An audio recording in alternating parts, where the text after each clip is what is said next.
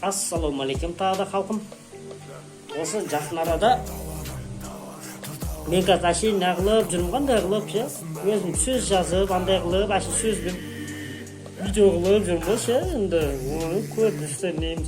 Просто менде көп деген идеялар жазылған. Сол идеяға қасыма хотя бір адам, екі адам, үш адам болса, оны видео түсіріп, видео шығарып, әлі неғылам, мен қасыма екі-үш адам тақпай жүрмін.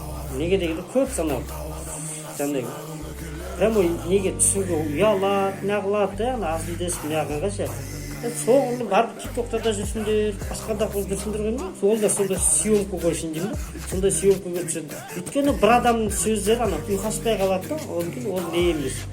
Екі-үш адам болса қасыма, әлі сіздерге не бір әзілдер түсіріп, сіздердің көңілдеріңіз көтеріп, әрбір күлгендеріңіз өмір жастарыңыз ұзартады.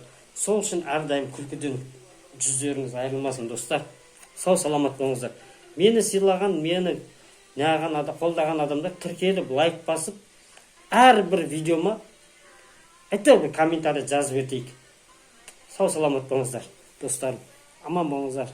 Жаңа жылдарыңыз құтты болсын тағы да.